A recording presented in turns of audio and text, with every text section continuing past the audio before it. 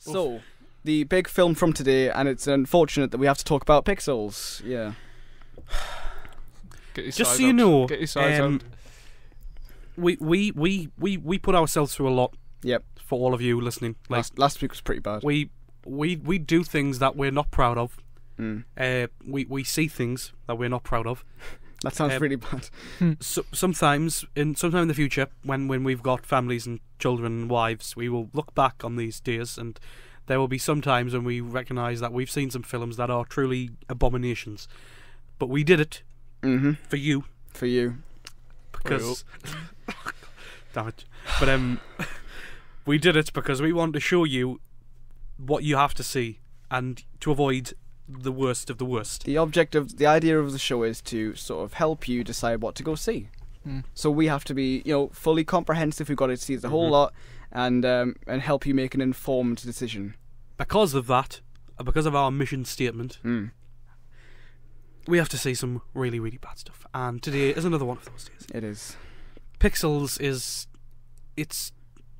I want to use an adjective or a superlative here that accurately describes it that I haven't used in a while.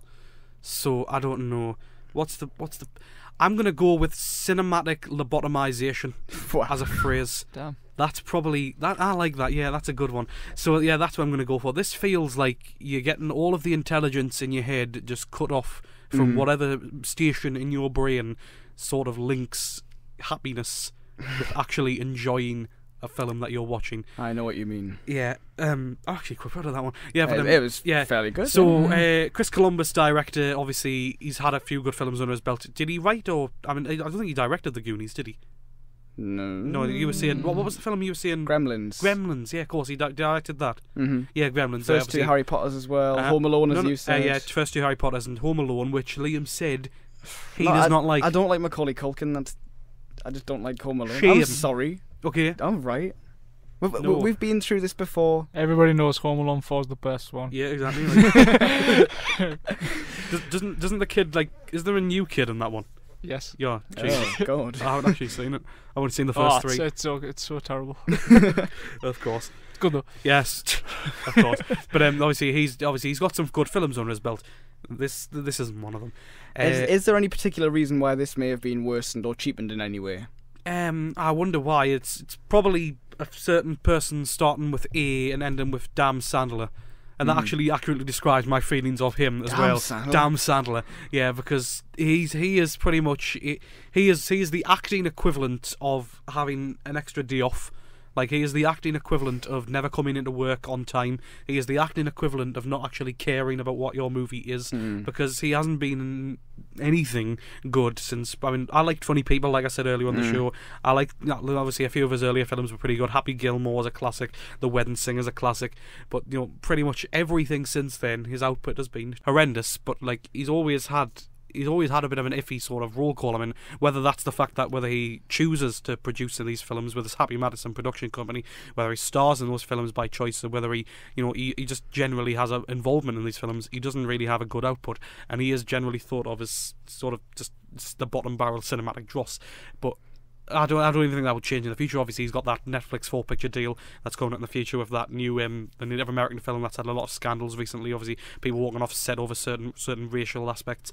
But really, he's worn out as hell, and that really shows now. So obviously, this time out, Pixels, based on the short film, it's literally a 2.5-minute short film created by a Frenchman, and it's quite it's inventive. It's a fun little. Yeah, it's a good use of sort of CGI and decent concept. It's a fun little 2.5-minute short film. However, as Hollywood does, they bought up the rights to this, and now Adam Sandler's presumably fallen in love with the concept and started making over 2 hours of. Well, I think it was 100 just short of 2 hours, yeah, something like that. Of Adam Sandler-ness, and then a little bit of the concept too. But really, this is just exactly what you would expect. It's hateful. It's horrible. It's not nice at all. This is. I don't want to be too harsh because it's not as offensively bad as Search Party, and it's not as horribly bad as Hot Pursuit. it's if you say offensively bad in terms of quality, then probably not. If you're talking offensive in terms of offence, then it probably is. Yeah, more I was mean like offensively Yeah. bad as in like just how bad it was. Like, It's gotta be clear though. but like in terms of offensiveness, it is very, very offensive. It is generally even if you don't spoil it, it Uh-huh. is very thinly veiled Yeah. in there. It has the subtlety of a monster truck when it comes to dealing with racial and sexual issues. It's exactly what you would expect from Adam Sandler and his group of grown-up kids. You know, Kevin James. It was exactly, obviously. I mean, that's just their MO now, really, isn't it? They go to far-off lands, go to foreign places. They get a bunch of money and have a great time with friends. You know, in a tropical paradise and make money. They go on vacation Yeah. and make terrible movies. There we go. Yeah, pretty much. So obviously, the film picks up, and there is an alien force that has picked up a satellite that was sent into space back in the 80s that had sort of examples of our culture, including arcade video game examples, and they have perceived that as a threat, which means they now have sent. Themselves, they've come back. They have come to Earth to challenge us and try and take on the planet in sort of classic video game style. And it's up to Adam Sandler and his buddies to save the world because nobody else can, and he knows video games better than anybody. This is the worst part of it all because Adam Sandler is playing the typical Adam Sandler character, but Kevin James is the president, which just should not be allowed in any. He's the president at all. And Adam Sandler's character is allowed to walk through the White House dressed in his overalls, like nothing's happening. You know, just walking through the White House, and this film is just the worst excuse to put a series of great actors together just for absolute nothing. Like, I mean, we've got Michelle Monaghan in there as well, who's playing a sort of the love interest to Adam Sandler, which for starters is baffling. Yeah, she's a colonel of the White House, and basically, I mean, she's just completely wasted. She gets barely anything to do. She's completely pointless. I mean, waste of time her being there. Peter Dinklage is obviously another actor who's a lot better than this material. He's basically in there with the most corny accent you can possibly imagine. He's basically putting on.